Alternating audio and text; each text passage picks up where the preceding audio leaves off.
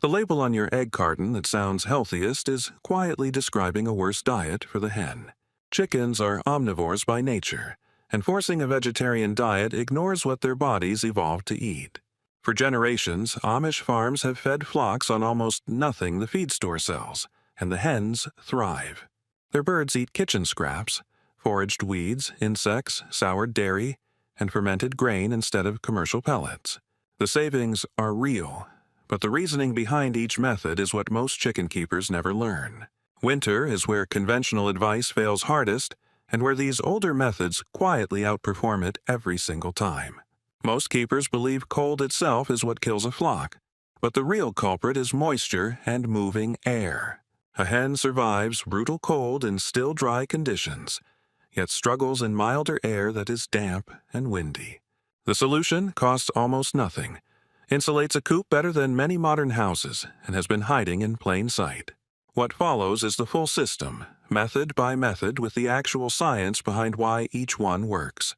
Walk through any Amish farmhouse kitchen in Lancaster County, Pennsylvania, on a weekday morning, and you will notice something that most modern households threw away as a habit decades ago.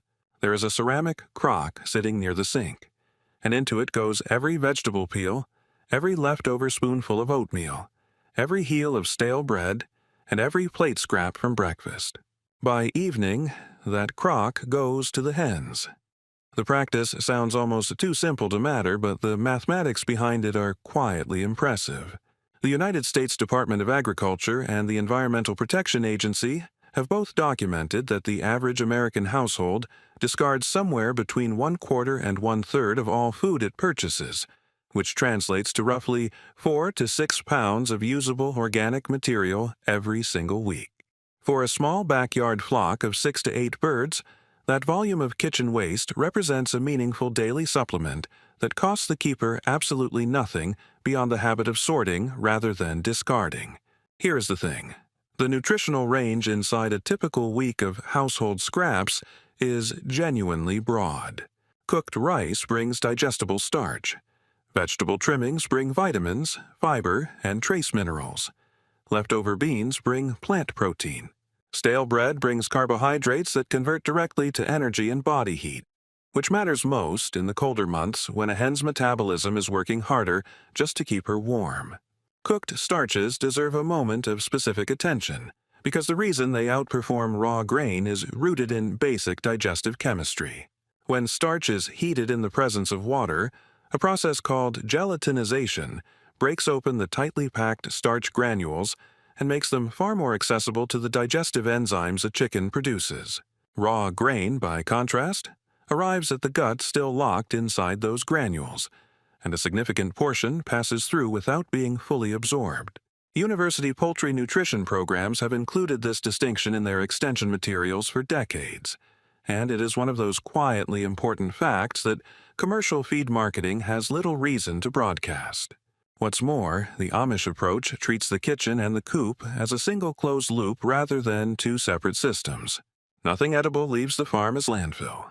A carrot peel that would have gone into a bin in a suburban kitchen instead becomes a yolk-deepening carotenoid source for a hen, which in turn produces an egg richer in color and nutrition than anything a factory shed is likely to deliver. The loop closes further still when the hen's manure returns to the garden bed that grew the carrot in the first place. Beyond that, there is a regulatory detail that sharpens the picture considerably, particularly for viewers in the United Kingdom or anywhere in the European Union. Since the foot-and-mouth outbreak in Britain in 2001, it has been legally prohibited to feed kitchen scraps that have passed through a household kitchen handling meat to poultry. The regulation exists for genuine biosecurity reasons, and naming it honestly matters here because it means British keepers working within the law must source their scraps carefully, using garden waste, unprepared vegetable trimmings, and dairy rather than plate scrapings. That real legal boundary is more interesting than any invented conspiracy, and it tells you something true about why the practice has faded from mainstream advice in certain countries. The practical sorting habit is straightforward once it becomes routine. Cooked starches, vegetable scraps, fruit peels, stale bread, and dairy go into the crock. Anything heavily salted, anything containing onion or garlic in large quantities, and anything moldy stays out, because salt stresses a hen's kidneys and certain compounds in alliums can suppress red blood cell production in poultry at high doses. The list of what works is far longer than the list of what does not, and most households barely need to think about it after the first 2 weeks. Margaret Byler, a farmer whose family has kept chickens in Holmes County, Ohio, for 4 generations, described the sorting habit as something her children learn before they learn to read. By the time a child in her household is 6 years old, she said, they already know which scraps go to the hens, which go to the compost heap, and which go to the pigs.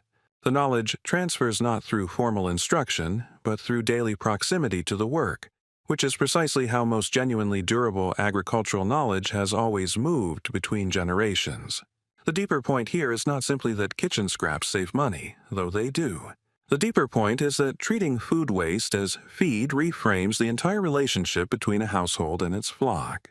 The chickens stop being a separate expense requiring weekly trips to a feed store and start being the final stage of a digestion system that begins at the dinner table. Once a keeper sees the flock that way, the question stops being how much feed costs and starts being how efficiently the whole system converts available calories into eggs, meat, and fertility for the soil. And that shift in thinking is exactly what unlocks the next layer of the Amish method, because kitchen scraps are only the beginning of where free feed hides on a working farm. The pasture under a keeper's feet, the weeds along the fence line, and the insects moving through the grass represent a food system that fed domestic chickens for thousands of years before a single bag of commercial pellets existed. And understanding how to access it changes everything about what keeping chickens actually costs. Stand in the egg aisle of any supermarket in Chicago or London and read the cartons carefully. Vegetarian fed appears on labels positioned at the premium end of the shelf, printed in gentle green lettering next to images of open fields, and the clear implication is that a hen raised on a vegetarian diet is a healthier, more naturally kept animal than one raised any other way. The claim inverts reality so completely that it takes a moment to absorb. Chickens are descended from the red jungle fowl, Gallus gallus, a bird that evolved in the forest understories of Southeast Asia over millions of years before a single human being ever scattered grain at its feet. Charles Darwin identified this ancestral lineage in the 19th century, and modern genetic analysis has confirmed it with precision. Those wild birds did not forage exclusively for seeds. They scratched through leaf litter for beetles, grubs, worms, lizards, and the occasional small mouse, and their digestive systems are built around that varied, protein-rich diet. Here is the thing. The vegetarian fed label exists not because it describes a better diet for the bird, but because it reassures a consumer who has been taught to associate meat consumption with industrial cruelty. It is a marketing decision dressed as a welfare one, and the distinction matters because a hen fed only plant material must work significantly harder to synthesize the amino acids her body and her eggs require. Methionine, one of the essential amino acids most concentrated in insect and animal tissue, is routinely supplemented artificially in vegetarian layer rations precisely because the plant sources alone cannot deliver enough of it. The Amish farmers of Lancaster County and Holmes County never used the phrase vegetarian fed because the idea would have struck them as somewhere between puzzling and wasteful. Their hens ate whatever moved, whatever rotted usefully, and whatever the farm's daily work produced as byproduct. A hen following a farmer through a freshly turned garden bed is doing what her ancestry prepared her to do, and she is doing it with an efficiency no bag of pelleted feed can replicate. Boiled meat scraps and soft bones represent one of the more direct expressions of this philosophy, and the method the Amish use is straightforward enough to fit in a single sentence. Any meat waste, bone broth residue, or soft-cooked carcass remnant gets simmered until the tissue loosens and the bones soften, then cooled and carried to the flock. The simmering serves 2 purposes simultaneously. It destroys surface pathogens that might otherwise cause illness, and it breaks down the connective tissue into a soft, easily consumed form that even older hens with worn beaks can manage without difficulty. Robert Troyer, a retired farmer from Sugar Creek in Tuscarawas County, Ohio, kept a flock of roughly 30 laying hens for more than 40 years, using methods his grandfather brought from Europe in the early 20th century. He described boiling the weekly soup bones and then cooling the pot and setting it in the yard as something so ordinary it barely registered as a chore. The hens would strip every soft remnant from those bones within minutes, he said, and the improvement in shell thickness and yolk color in the days following a meat scrap feeding was visible to anyone paying attention. Even stranger is the fact that mainstream poultry extension advice in the United States has historically acknowledged the value of animal protein for laying hens, while simultaneously watching the commercial market drift entirely toward vegetarian rations. The gap between what university researchers document and what grocery store marketing communicates is not a small one. Published poultry nutrition research consistently shows that access to insect and animal protein improves laying rates, egg quality, and feather condition, particularly during molt, when a hen's protein demands spike sharply because she is effectively rebuilding her entire coat from scratch. Eggshell calcium recycling belongs in this same conversation about closing the nutritional loop, and it is a method so well supported by agricultural extension programs across the United States that recommending it requires no appeal to tradition whatsoever. A hen producing an egg deposits roughly 2 grams of calcium carbonate into that shell, and if the shell goes into a bin rather than back to the flock, that calcium is simply lost from the system. Drying the shells thoroughly in a low oven, crushing them into irregular fragments rather than a fine powder, and returning them to the hens replaces that calcium at zero cost. The crushing step matters more than it might appear to. Shells returned in recognizable whole form can teach a hen to associate the taste of calcium carbonate with eggs, and once a bird learns to pierce and consume her own freshly laid eggs, that habit is extraordinarily difficult to break. Crushed fragments bear no visual resemblance to an intact egg, and the hen has no mechanism for connecting the two. University poultry extension programs from Virginia to Oregon include this specific detail in their backyard flock guidance, and it is the kind of precise, experience-based instruction that signals genuine expertise rather than recycled generality.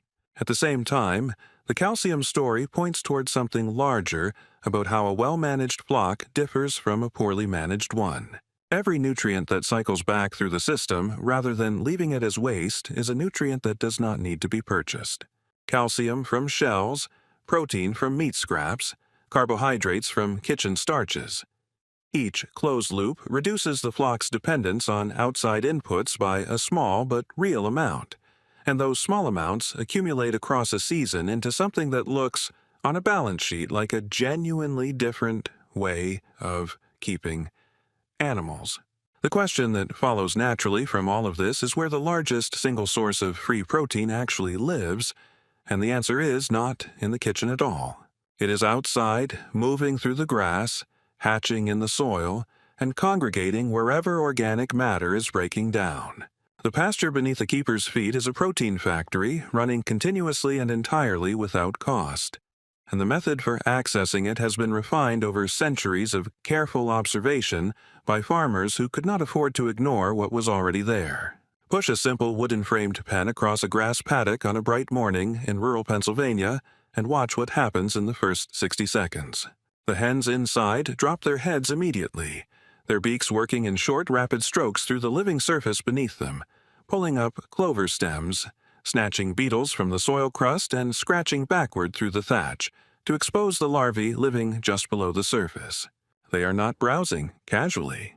They are working a food source with focused evolutionary precision, and the land beneath them is about to become measurably more fertile for having hosted them.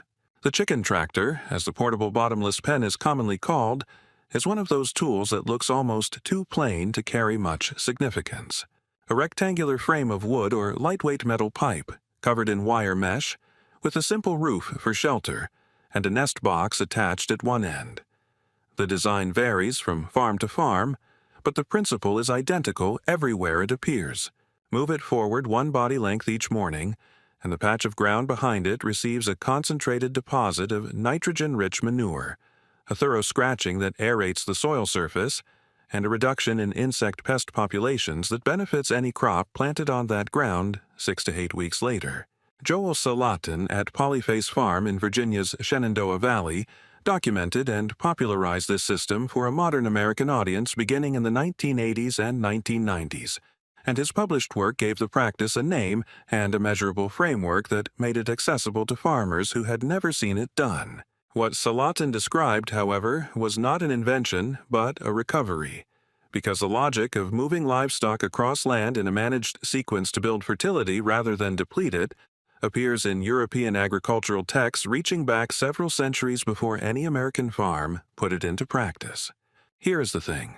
The pasture rotation method works precisely because chickens are destructive in a highly productive way.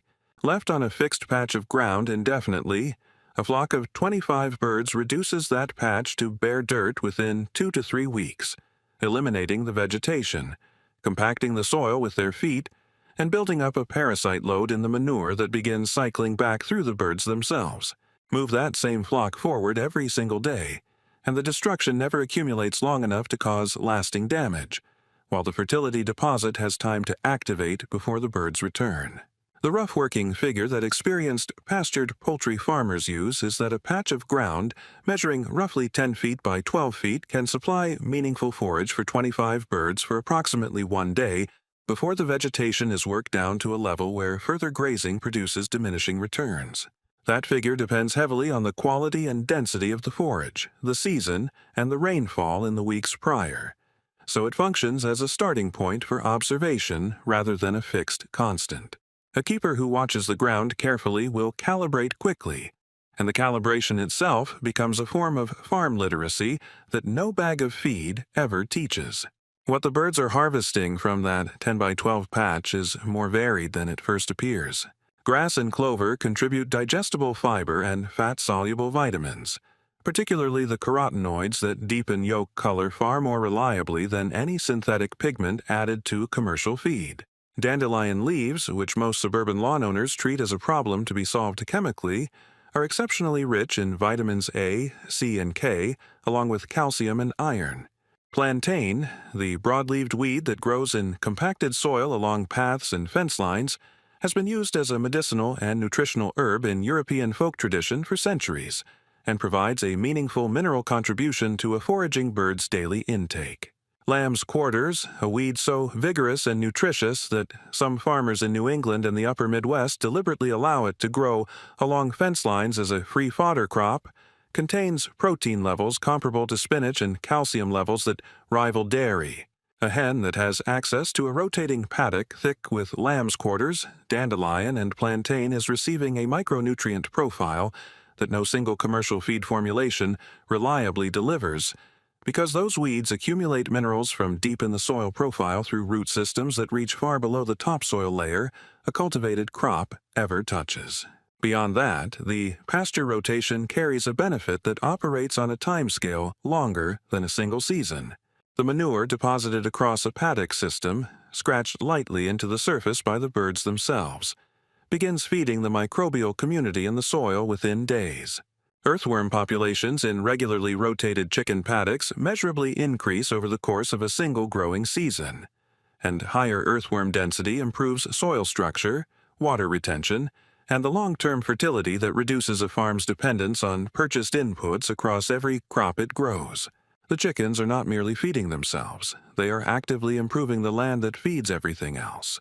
The connection between chickens and cattle in this system deserves particular attention because it represents one of the most efficient protein harvesting arrangements in traditional farming, and it requires almost no additional infrastructure to implement. When a flock follows behind a herd of cattle or dairy cows, moving into a paddock 3 to 4 days after the cattle have grazed and moved on, the birds find a landscape that has been transformed into a feeding station on their behalf. Cow manure in its 3rd and 4th day of decomposition is rich with fly larvae, and a single cow pad at that stage can harbor a concentration of protein-dense insects that a hen can consume in seconds. The larvae foraging behavior is not incidental or opportunistic. It is the central protein acquisition strategy of a bird whose wild ancestor spent its entire life working through decaying organic matter on a forest floor, and the nutritional return per unit of effort is higher than almost any other feeding behavior a chicken performs. Farmers who run cattle and chickens in sequence across the same paddock system report reductions in fly populations across the whole farm, because the hens consume the larvae before they complete their development cycle, which disrupts the fly's reproduction at the most vulnerable point in its life history. That disruption carries a practical value far beyond the chickens themselves, because fly pressure on a cattle operation translates directly into reduced weight gain, stress behavior, and eye and wound infections in the herd. The chickens, in other words, are not simply passengers in the cattle paddock system. They are performing a pest management function that a commercial operation would otherwise pay for with chemical treatment, and they are converting the manure that would otherwise be a fly-breeding liability into their own body weight and egg production. The closed loop at this scale starts to look less like a farming method and more like a self-sustaining ecology. What comes next in this system pushes the protein question even further, because the insects available in a well-managed pasture represent only part of what a keeper can access. There are deliberate methods, some of them centuries old and some of them arrestingly simple, for generating concentrated insect protein on demand, and understanding both their power and their genuine limitations is what separates a keeper who uses them safely from one who creates new problems while trying to solve old ones. On a warm July morning in rural Ohio, a farmer named William Hirschberger walked his daughter to a low wooden board lying flat in the grass at the edge of his garden plot. She was 5 years old, and this was, as far as she knew, simply part of the morning rounds. He lifted the board, and beneath it, in the cool, damp soil, a writhing concentration of beetle grubs and pill bugs scattered from the sudden light. Before he could say a word, the 3 hens he had let out ahead of them had already covered the ground and were working through the exposed insects with the focused efficiency of animals doing exactly what their bodies were built to do. That scene, unremarkable on a working farm, encapsulates something that took commercial poultry nutrition decades to formally acknowledge. Insects are not a supplement to a chicken's diet in the way that a vitamin tablet supplements a human one. They are, in the most precise biological sense, a primary food source for which the bird's entire digestive architecture is optimized. The crop, the gizzard, the short intestinal tract built for rapid processing of dense animal protein. Every structural feature of a chicken's gut reflects an evolutionary history spent eating things that move. The protein content of common farm insects, measured as dried insect meal, runs between 60 and 70% by weight for species like black soldier fly larvae, mealworms, and certain beetle grubs. That figure requires an important clarification because comparing it directly to the 16% protein listed on a bag of layer feed is not a straightforward apples-to-apples comparison. Commercial feed protein is measured on an as-fed basis, meaning the water content of the feed is included in the calculation. Live insects contain significant moisture, so their actual protein contribution per gram of live weight is lower than the dried meal figure suggests. The honest version of the story is still compelling. Insects deliver a highly bioavailable complete amino acid profile that plant-based feed struggles to match, and a flock with genuine access to foraged insects shows it in shell quality, yolk color, and laying consistency. What's more, the practical question for a keeper is not the laboratory protein percentage, but the daily volume a flock can realistically access through managed foraging and deliberate harvesting. Experienced pastured poultry farmers working in the tradition, documented by Salatin and others, describe their birds consuming insects continuously throughout the day during warm months, with consumption dropping sharply as temperatures fall in autumn and insects become dormant or scarce. The warm season abundance is real and worth capturing deliberately, and several traditional methods exist for concentrating that abundance in ways a flock can access efficiently. The simplest is the board method that William Hirschberger demonstrated without ceremony on that July morning. A flat piece of wood, a sheet of cardboard weighted at the edges, or any opaque cover laid on bare or lightly vegetated soil creates a microhabitat within 48 to 72 hours. Beetles, grubs, pillbugs, centipedes, and earthworms gather beneath it for the moisture and darkness, and lifting it once a day delivers a concentrated harvest directly to wherever the birds are ranging. The method requires no materials beyond what most farms already have lying around, and it scales easily, 10 boards distributed across a paddock represent 10 daily protein stations that cost nothing to operate. A second traditional method involves suspending a light source over a shallow basin of water on warm nights from late spring through early autumn. Night-flying insects drawn to the light strike the water surface and cannot escape it. By morning, the basin holds a concentrated collection of moths, beetles, crane flies, and other insects that can be strained out and fed directly to the flock. Farmers in the American Midwest and in rural England have used variations of this method for generations, and it requires nothing more than a lantern, a wide, shallow pan, and the habit of checking it before releasing the birds in the morning. On a productive night in midsummer, a single basin can yield a quantity of insects that meaningfully supplements the morning feeding. Here is the thing. Both of these methods work because they concentrate something that is already present in the environment rather than introducing anything external to it. The insects are already there. The boards and the light simply redirect them into a form the keeper can control, and that distinction matters because it keeps the system clean, safe, and free of the pathogen risks that come with methods involving deliberate decomposition of animal matter. Those decomposition-based methods, which appear in old husbandry texts from both Europe and America, and involve culturing fly larvae on materials like soaked burlap or decaying fish, deserve honest treatment rather than either enthusiasm or silence. The underlying biology is real. Fly larvae, particularly black soldier fly larvae, are exceptional converters of organic waste into dense animal protein, and traditional farmers use this fact deliberately. However, culturing maggots on rotting meat or fish near a coop carries genuine risks that those same old texts did not have the microbiology to articulate. Decomposing animal tissue creates conditions favorable to Clostridium botulinum, the bacterium responsible for botulism, and chickens are susceptible to avian botulism in a way that can take a flock from apparently healthy to severely affected within hours. The historical practice is interesting and worth understanding. Replicating it without controlled conditions and careful management is a different matter, and a responsible account of the method includes that caveat as a feature of expertise rather than a footnote. At the same time, the modern version of larvae cultivation, using contained black soldier fly bins fed on vegetable waste rather than animal matter, has been extensively researched and is now recommended by university extension programs in multiple American states as a safe, scalable protein source for backyard flocks. The larvae are harvested before they pupate, at the point of maximum protein and fat content, and delivered to the birds fresh. A bin the size of a large storage container fed daily on kitchen vegetable scraps can produce a meaningful supplement for a small flock through the warmer months, and represents perhaps the most efficient closed-loop protein system a backyard keeper can build with minimal investment. Beyond that, the insect harvesting conversation connects to something that reaches far past the economics of chicken feed.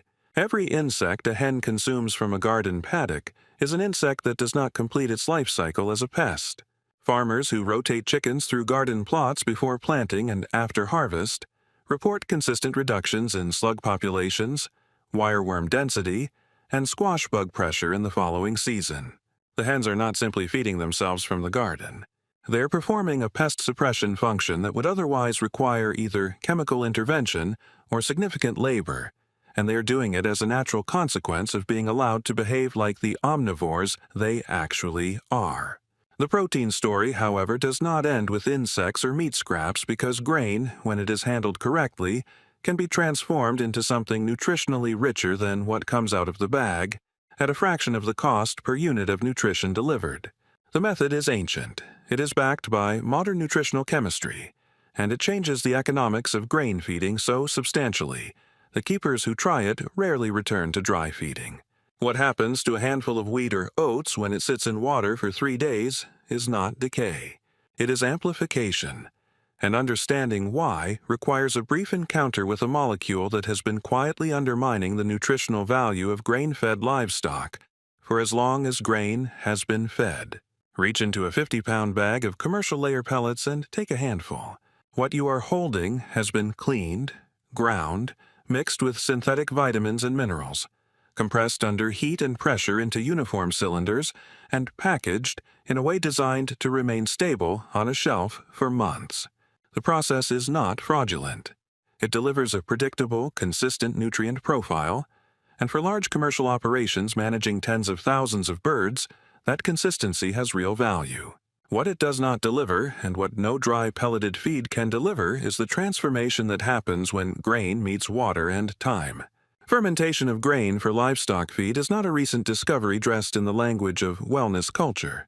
It appears in the agricultural records of rural France and Germany, reaching back to at least the 17th and 18th centuries, when farmers across northern Europe routinely soaked grain and bran in water before feeding it to pigs, cattle, and poultry. The practice was not rooted in chemistry, because the farmers using it had no access to the molecular explanation. It was rooted in observation. Animals fed wet, slightly soured grain ate less, wasted less, and maintained condition better than animals fed the same grain dry. The reason those observations were correct waited several centuries for a biochemist to name it. Phytic acid is a phosphorus storage molecule found in the outer layers of all cereal grains, seeds, and legumes.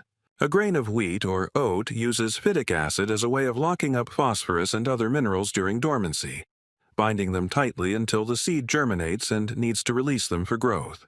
The problem for any animal eating that grain is that phytic acid binds not only the phosphorus stored in the seed, but also the calcium, zinc, iron, and magnesium present in the grain and in whatever else the animal has eaten alongside it. Those bound minerals pass through the digestive tract largely unabsorbed, which means a hen eating dry grain is receiving measurably less of the minerals in her feed than the label's nutrient analysis would suggest. When grain is soaked in water at room temperature for roughly 48 to 72 hours, the naturally present bacteria on the grain's surface, primarily lactobacillus species of the same family responsible for yogurt and sourdough bread, begin producing lactic acid and activating an enzyme called phytase. Phytase breaks the chemical bond between phytic acid and the minerals it holds, releasing them into a form the bird's gut can absorb directly. The grain does not become more nutritious in the sense of containing more minerals than it started with. It becomes more nutritious in the sense that the minerals already present become accessible rather than locked away, which is a distinction with real, practical consequences for a keeper measuring feed costs against egg production. Just imagine filling a wide-mouthed jar 2/3 full of whole oats or wheat, covering them with water, draping a cloth over the top, and setting the jar on a kitchen counter for 3 days. By the end of the first day, bubbles begin appearing at the surface, a sign that fermentation is active. By the end of the 3rd day, the grain smells pleasantly sour, like a mild sourdough starter, and the water has taken on a slightly cloudy, opaque quality from the microbial activity. That jar of fermented grain delivers better mineral bioavailability, a modest population of beneficial lactobacillus bacteria, and a texture that chickens, for reasons rooted in the moisture content of the food sources their ancestors evolved eating, consistently prefer to dry pellets. The reduced consumption effect is real and worth naming carefully, because overstating it invites the same skepticism that undermines otherwise solid claims. Published poultry research from institutions including agricultural universities in the American Midwest and in Scandinavia has documented that hens on fermented feed typically consume between 15 and 25% less feed by dry weight than hens on equivalent dry rations while maintaining comparable laying rates. The reason is partly improved nutrient absorption and partly the simple physics of moisture. Wet feed has greater volume per unit of dry matter, so a hen reaches physical satiety before she has consumed as much dry material. A keeper buying 50 pounds of grain per month and fermenting it does not make that grain last 3 times as long, as some accounts claim. A more honest figure is something in the range of 1/5 to 1/4 less grain purchased over a season, which is a genuine saving rather than a miraculous one. The probiotic dimension adds a second layer of benefit that operates through a different mechanism entirely. Lactobacillus species colonizing the gut of a hen on fermented feed compete directly with pathogenic bacteria for attachment sites on the intestinal wall, a process microbiologists call competitive exclusion. A gut densely populated with beneficial lactobacillus leaves fewer available surfaces for Salmonella, E. coli, and Clostridium species to establish themselves. Several American poultry research programs have documented lower rates of pathogenic bacterial shedding in flocks maintained on fermented feed compared to control flocks on dry rations, and the effect is pronounced enough that some small-scale producers use fermentation specifically as a salmonella management tool rather than as a cost reduction strategy. At the same time, fermentation requires attention to a few practical details that the enthusiasm surrounding it sometimes skips past. The starter batch takes 2 to 3 days to become fully active, and in cold weather that timeline extends because the lactobacillus bacteria work more slowly at lower temperatures. A kitchen counter ferment in January in a drafty farmhouse in rural Vermont may take 4 to 5 days to reach the same level of activity that a summer batch achieves in 2. Keeping a continuous ferment running by pulling out 2/3 of the batch each morning, feeding it to the flock, and refilling the container with fresh grain and water maintains an active culture indefinitely without needing to restart. The remaining third of the batch acts as a starter for the new grain, and within 24 hours the new grain is already beginning its own fermentation cycle. The vessel matters less than beginners often assume. A ceramic crock, a food-grade plastic bucket, a large glass jar, or any non-reactive container with sufficient capacity works equally well.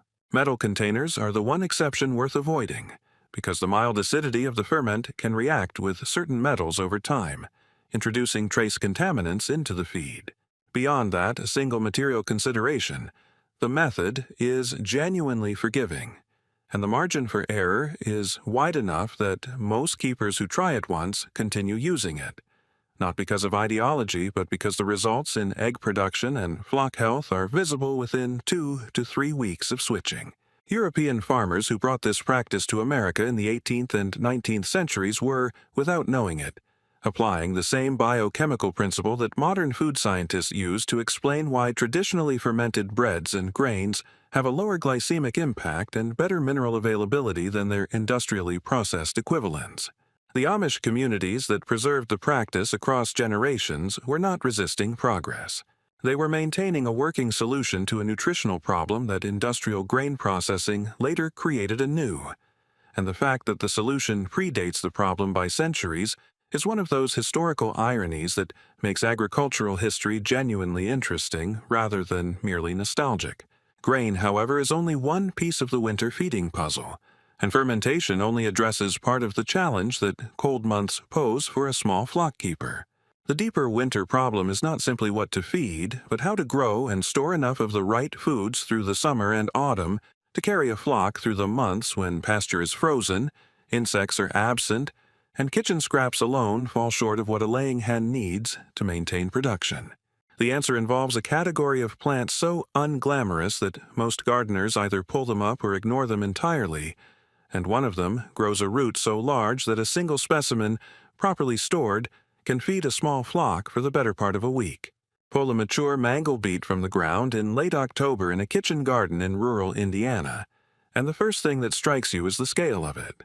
This is not the modest burgundy globe that appears in a supermarket produce section.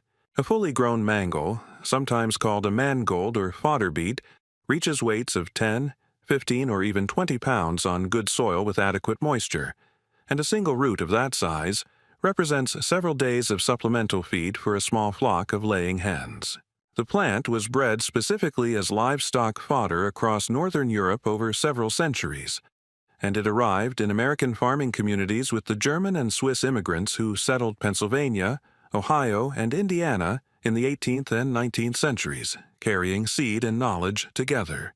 The mango's appeal as a winter feed crop rests on 3 practical qualities that align almost perfectly with a small flock keeper's needs.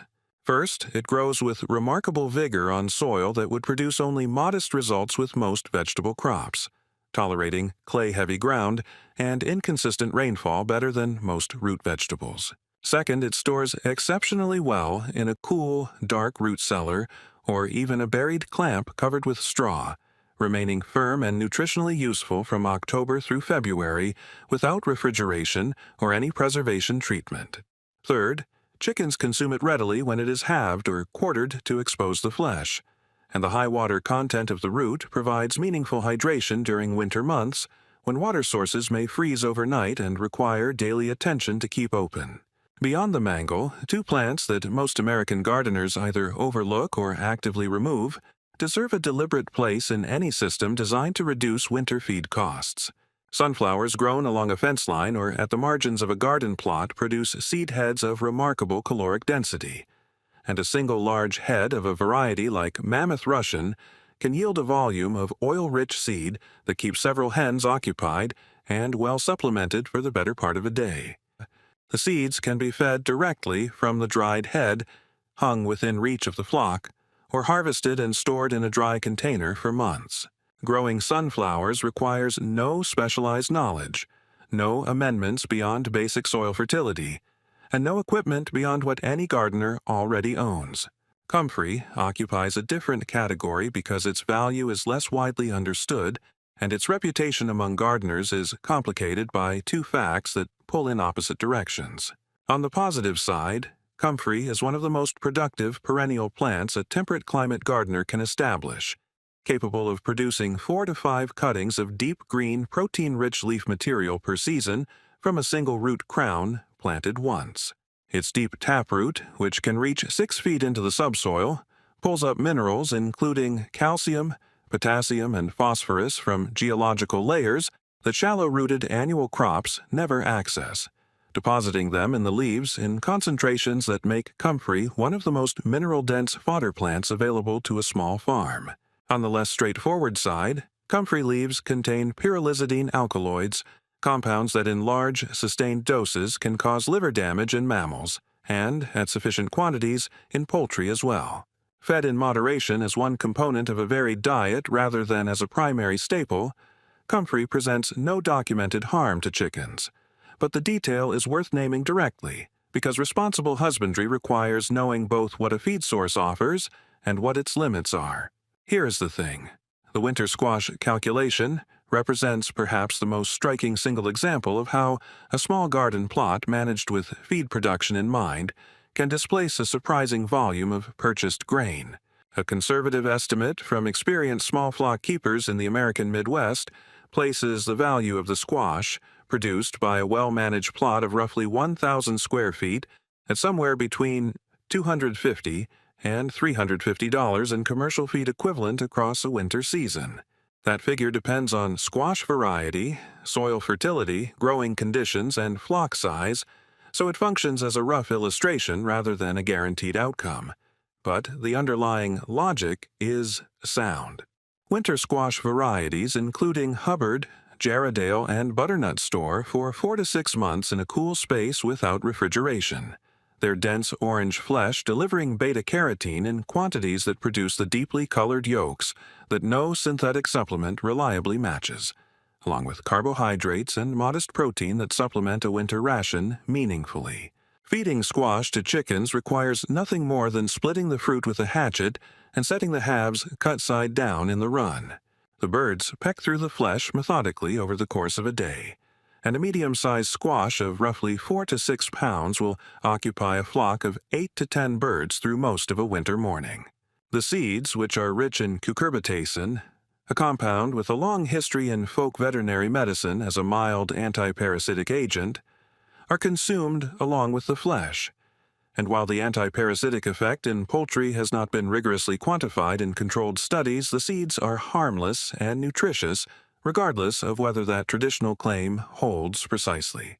The fence line as a feed production zone deserves a dedicated paragraph because it represents growing space that most keepers do not count when they calculate their garden's productive capacity.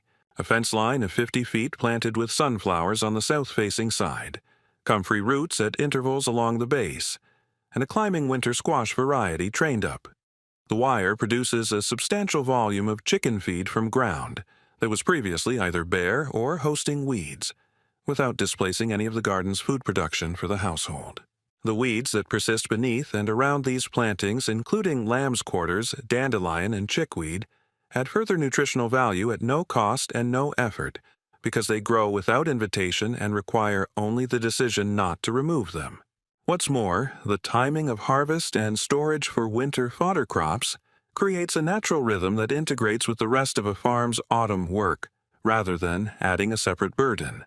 Mangels are pulled after the first light frost, which concentrates their sugar content slightly and improves palatability, then stored in the same root cellar or cold barn space used for household vegetables.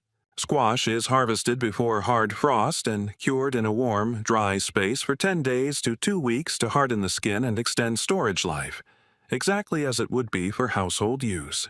Sunflower heads are cut when the backs turn yellow and hung in a dry, ventilated space until fully dry, a process that takes 2 to 3 weeks and requires nothing beyond a nail and a rafter. The labor involved in all of this is real but modest, and it front-loads in autumn so that the winter feeding routine itself becomes genuinely simple. The dairy dimension of winter feeding sits alongside these crop-based strategies and addresses the protein gap that cold months open up when insects are absent and pasture is frozen. It is also the part of the traditional Amish winter feeding system that most surprises people encountering it for the first time.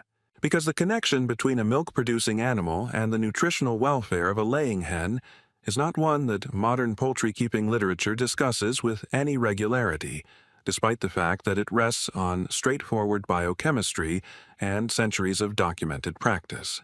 A dairy cow or a small herd of dairy goats produces more milk in spring and early summer than a household can consume as fresh dairy, and the traditional solution to that surplus was fermentation rather than waste.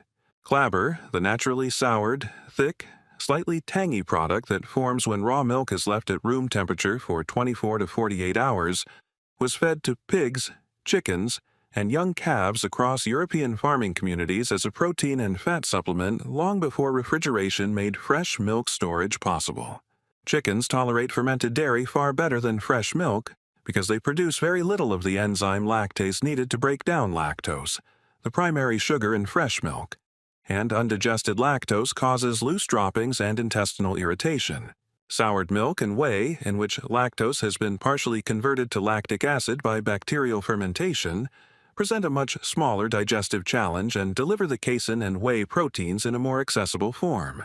The yolk enrichment claim associated with dairy feeding requires one careful correction that adds credibility, rather than diminishing the practice. Richer, more deeply colored yolks in hens receiving dairy are not primarily a product of the milk itself. They are a product of the carotenoid pigments in the green forage, weeds, and stored fodder crops that dairy-fed hens are typically also receiving as part of a varied winter diet.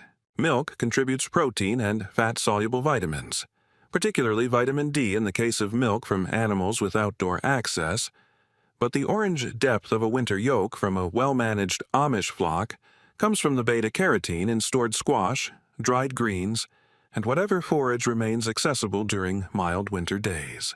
Separating those contributions honestly makes the overall picture more accurate and more interesting, not less. The barter economy that surrounds all of these inputs in a traditional Amish community adds one further dimension that the purely agricultural account misses.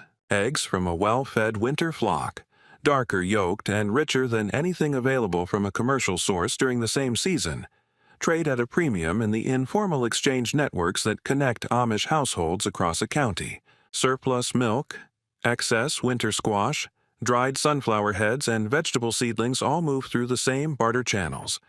And a family that has managed its feed production carefully through the growing season enters winter with both a well-fed flock and a store of tradable goods that reduces cash expenditure across the household.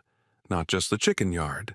The chickens, in this framing, are not an isolated enterprise, but a node in a wider economy of reciprocal exchange that has sustained these communities through economic conditions that would have bankrupted a more cash-dependent operation many times over. That economy of resourcefulness reaches its most critical test in the months of January and February, when temperatures in Ohio and Pennsylvania can drop to levels that challenge even well-managed flocks, and when the difference between a keeper who understands how cold actually affects a chicken and one who does not can be measured in birds lost overnight. The conventional response to winter cold in a chicken coop involves heat lamps, electricity costs, and a fire risk that destroys more coops and barns than most keepers realize. The Amish response involves none of those things, and the reason it works better rests on a misunderstanding about winter that most chicken keepers carry without ever examining it. Catherine Yoder lost her entire flock of 32 hens on a February night in eastern Ohio, not to the coldest temperature of the winter, but to a night of moderate cold combined with wet air and a gap in the coop wall that she had not sealed before the weather turned. The temperature outside that night was 18 degrees Fahrenheit, unremarkable for that region in mid-February. The temperature differential between outside and inside her coop was not large enough to compensate for the wind moving through that gap, and by morning, every bird showed the blackened comb tips and swollen wattles of severe frostbite, and 7 of the oldest hens had not survived the night at all. Her neighbor, whose co-op was built on principles handed down through 3 generations of Amish farming, lost no birds that winter, despite housing his flock through temperatures 12 degrees colder than the night that devastated Catherine's birds. The distinction between those two outcomes rests on a misunderstanding so widespread in backyard chicken-keeping literature that correcting it feels almost counterintuitive. Cold temperature, as an isolated variable, is not the primary threat to a chicken's winter survival. A healthy, well-fed hen of a cold hardy breed can tolerate sustained temperatures well below 0 degrees. Fahrenheit provided 2 conditions are met. The air around her is dry, and it is not moving. Moisture and wind working together strip the insulating capacity of a hen's feathers from the outside, while humid air inside an improperly ventilated coop raises the moisture content of the microenvironment around every bird, making the effective temperature feel to her body significantly colder than the thermometer records. Wind chill, which meteorologists calculate for bare human skin, applies to feathered birds through the same basic mechanism of convective heat loss, and a hen sitting in still air at 10 degrees Fahrenheit is physiologically warmer than a hen sitting in moving air at 25 degrees Fahrenheit. The Amish coop design that Catherine's neighbor used addressed both threats simultaneously through a combination of materials and geometry that requires no electricity, no purchased insulation product, and no technology beyond what a farmer could have assembled in rural Pennsylvania 200 years ago. Straw bales stacked against the exterior walls of a small wooden coop structure provide insulation with a thermal resistance value, measured in the R-value units that building engineers use to rate wall insulation, of approximately 1.5 to 2 per inch of thickness. A single bale of straw lying flat against a wall represents roughly 18 inches of insulating material, delivering a thermal resistance somewhere in the range of R27 to R36 from a material that costs between $5 and $8 per bale at most rural feed stores in the American Midwest. Standard fiberglass bat insulation installed in a residential wall typically delivers R13 to R15 for a comparable wall thickness, which means straw bales, priced as an agricultural commodity rather than a construction material, outperform conventional residential insulation at a fraction of the cost per unit of thermal resistance. Just imagine the arithmetic of Catherine's neighbor's coop on that February night. The exterior temperature was 6 degrees Fahrenheit. The straw bales, stacked on 3 sides of his 12 by 16-foot coop structure, held the interior temperature at roughly 32 to 34 degrees Fahrenheit without any supplemental heat source beyond the body heat of the 40 birds roosting inside. Each hen generates approximately 9 to 11 watts of metabolic heat continuously, a combined output from 40 birds of somewhere between 360 and 440 watts, equivalent to the heat output of several incandescent light bulbs running through the night. In a well-insulated, draft-free space, that biological heat generation is sufficient to maintain survivable temperatures for the birds themselves, and the straw bales trap it there rather than letting it bleed away into the winter air. The ventilation question is where the winter coop discussion becomes genuinely critical and where a failure to think carefully causes more harm than the cold itself. A sealed coop with no air exchange accumulates moisture from the bird's respiration and droppings at a rate that can raise interior humidity to damaging levels within hours on a cold night. High humidity in a cold coop produces exactly the wet air conditions that cause frostbite, and the ammonia generated by decomposing manure in an unventilated space reaches concentrations that damage the bird's respiratory tissues within days of prolonged exposure.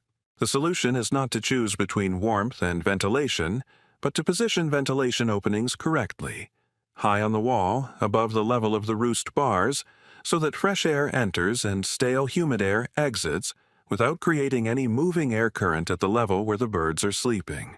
That single design principle, ventilation above the roost line, resolves the apparent contradiction between keeping a coop warm and keeping it fresh, and it is the feature most commonly missing from coops built by keepers following generic online advice. The deep litter method works in direct partnership with this ventilation strategy, and understanding what it actually does requires setting aside both the enthusiasm of its most vocal advocates and the skepticism of those who associate any accumulation of manure with poor hygiene. The method begins in autumn when the keeper lays a base of dry carbon material, typically straw, wood shavings, or dried leaves, to a depth of 4 to 6 inches across the coop floor. Rather than cleaning this litter out through the winter, the keeper adds fresh carbon material on top of existing litter whenever the surface becomes visibly wet or compacted, roughly once every 1 to 2 weeks depending on flock size and coop dimensions. The birds scratch through the litter continuously, turning it and mixing fresh manure into the deeper layers, and the microbial community that establishes itself in the lower layers of the litter begins a slow, aerobic decomposition process that generates modest heat. The temperature increase produced by deep litter decomposition is real, but should be understood as a supplemental contribution, rather than a transformative one.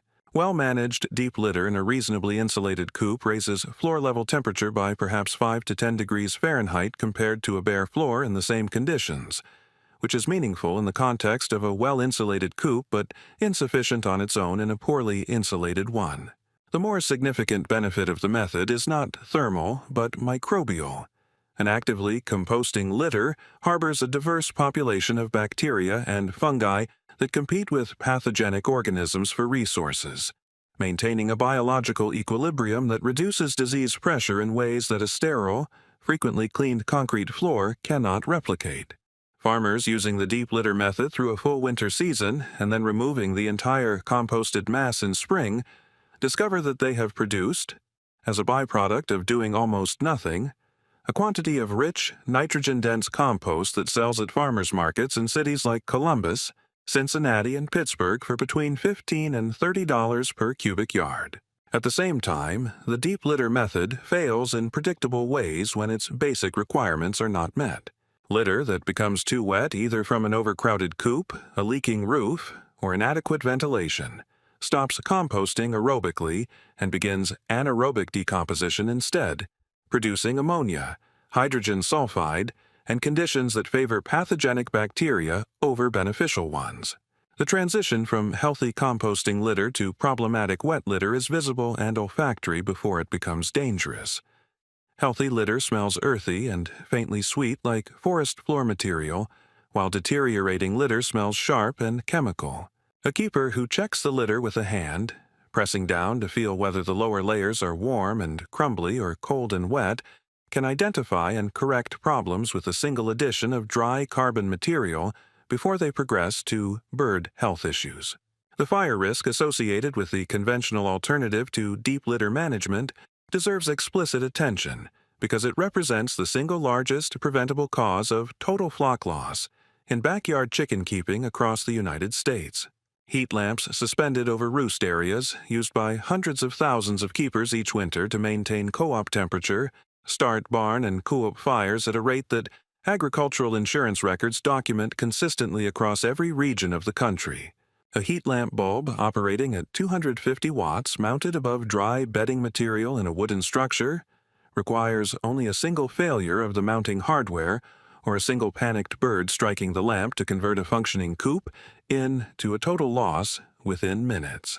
The Amish approach of straw bale insulation, deep litter composting, and appropriate flock density produces a warmer coop than most heat lamp users achieve, at zero ongoing energy cost, with zero fire risk, and with a spring compost dividend that the heat lamp produces no equivalent of.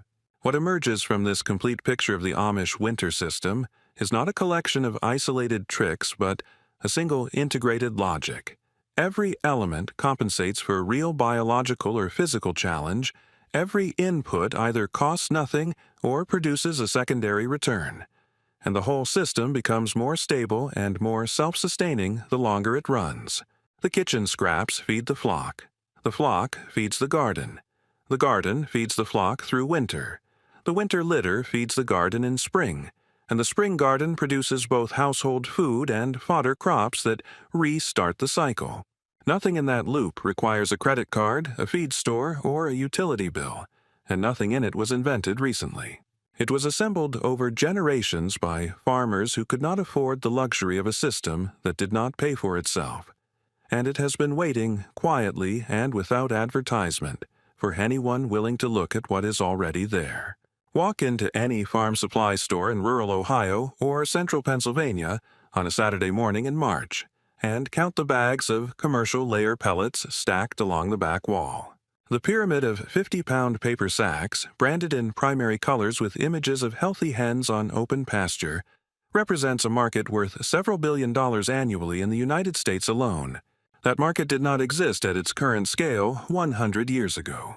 And understanding how it came to dominate chicken keeping so completely requires tracing a set of economic and cultural shifts that unfolded across roughly 5 decades of the 20th century and left behind them a widespread amnesia about methods that had fed domestic poultry successfully for thousands of years before the first feed mill opened its doors.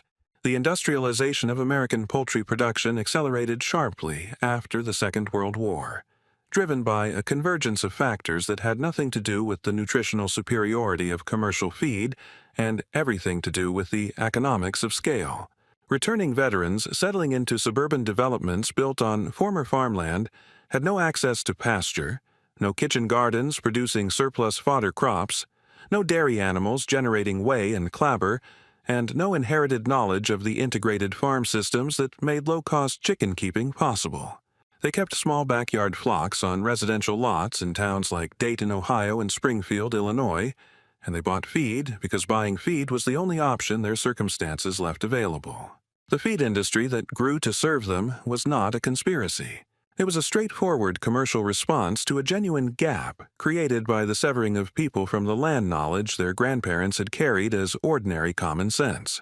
The Amish communities of Lancaster County, Holmes County, and the smaller settlements scattered across Indiana, Wisconsin, and upstate New York never experienced that severance because their social structure was specifically organized to prevent it. Knowledge of fermented feed, pasture rotation, winter fodder crops, insect harvesting, and deep litter management did not survive in those communities because someone decided to preserve it as cultural heritage. It survived because it was practiced daily, taught to children through participation rather than instruction, and embedded in an economic system that made purchased inputs a last resort rather than a default. The 6-year-old sorting kitchen scraps into the ceramic crock beside the sink is not performing a quaint tradition. She is receiving a functional education in closed-loop resource management that most agricultural colleges now teach under the name of regenerative farming, several generations after the Amish stopped needing a name for it. Beyond that, the knowledge survived in the published work of a smaller number of farmers and researchers who documented it outside the Amish tradition entirely. William Cobbett, the English journalist and agricultural writer, described fermented grain feeding, kitchen scrap management, and the value of pasture rotation for poultry in his practical farming guides published in London in the 1820s and 1830s. His writing reached American audiences through the same immigrant networks that brought European farming knowledge to Pennsylvania and Ohio, and the continuity between what Cobbett described and what a Lancaster County Amish farmer practices today is not coincidental. It is the persistence of a working system through the channels that working systems always use: demonstration, imitation, and the pragmatic test of whether the animals thrive. Joel Salatin's work at Polyface Farm in Augusta County, Virginia, brought this integrated logic to a modern American audience that had largely lost contact with it, and his influence on the pastured poultry movement that developed through the 1990s and 2000s was substantial enough to appear in mainstream publications from the New York Times to the Atlantic. What Salatin demonstrated at Polyface was not, as it was sometimes presented in popular accounts, a radical innovation. It was a deliberate reconstruction of methods that pre-industrial European and American farmers used as a matter of course, applied on a farm scale large enough to produce measurable economic data and documented carefully enough to give other farmers a replicable framework. The chicken tractor moving across a cattle paddock at Polyface is the same tool, operated on the same principle, as the portable pen that a Mennonite farmer in rural Switzerland moved across his pasture in the 1700s. The intervening centuries did not improve on the design because the design did not need improving. Here's the thing. The methods described across this entire account are not difficult to implement, and they do not require the specific cultural context of an Amish farm to function. A keeper with a suburban backyard in Manchester, England, or a small rural property outside of Madison, Wisconsin, can begin fermenting grain this week with a jar and a handful of oats. A keeper with any outdoor space can lay boards on bare ground and check them in 3 days. A keeper with a kitchen can start a scrap crock tonight. None of these actions requires purchasing anything, consulting any authority, or waiting for a favorable season. The system does not demand commitment to the whole before any part of it begins to work, and that accessibility is part of what makes it genuinely different from most agricultural advice, which tends to present itself as an all-or-nothing proposition requiring full infrastructure before the first benefit appears. What's more, each method described here connects to a body of documented, verifiable knowledge that extends well beyond the scope of any single farm or tradition. Phytic acid chemistry is standard nutritional biochemistry taught in agricultural universities from Purdue to Cornell. The regenerative grazing principles underlying pasture rotation appear in peer-reviewed soil science literature. The insulating properties of straw bales have been measured and published by building scientists. The probiotic effects of fermented feed appear in poultry research journals.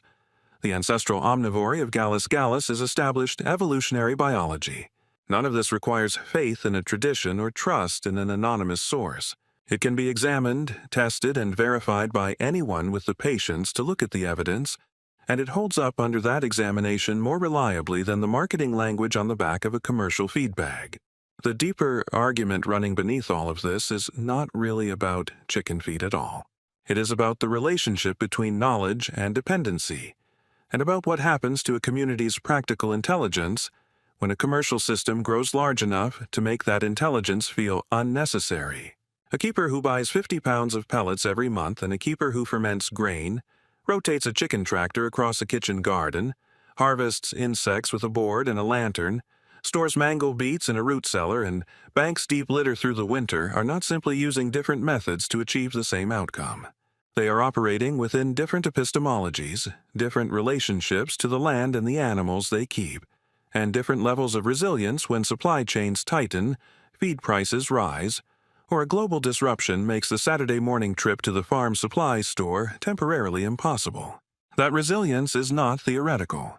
In the spring of 2020, when supply chain disruptions sent commercial feed prices sharply upward across the United States and left some rural feed stores with empty shelves for weeks, the keepers who had been fermenting grain, growing fodder crops, and managing pasture rotation continued feeding their flocks without interruption and without paying the elevated prices that caught unprepared keepers by surprise.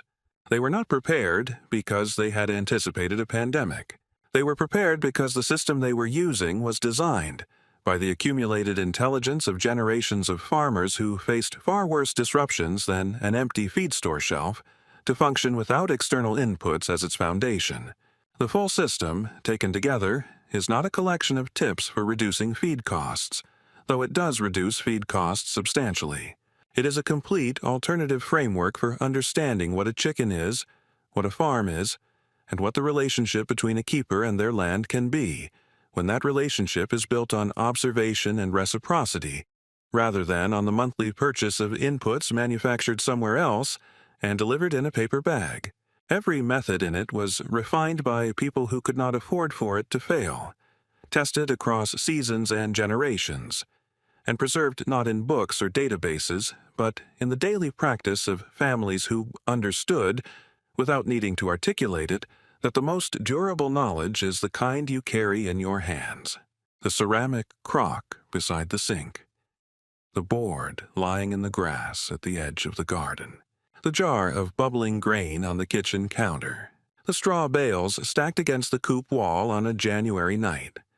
None of it looks like much from the outside. All of it, understood in its full context and practiced with the patient attention it rewards, amounts to something that a billion-dollar feed industry has spent decades making you believe you cannot do without. You can. Farmers have been proving it, quietly and without announcement for a very long time.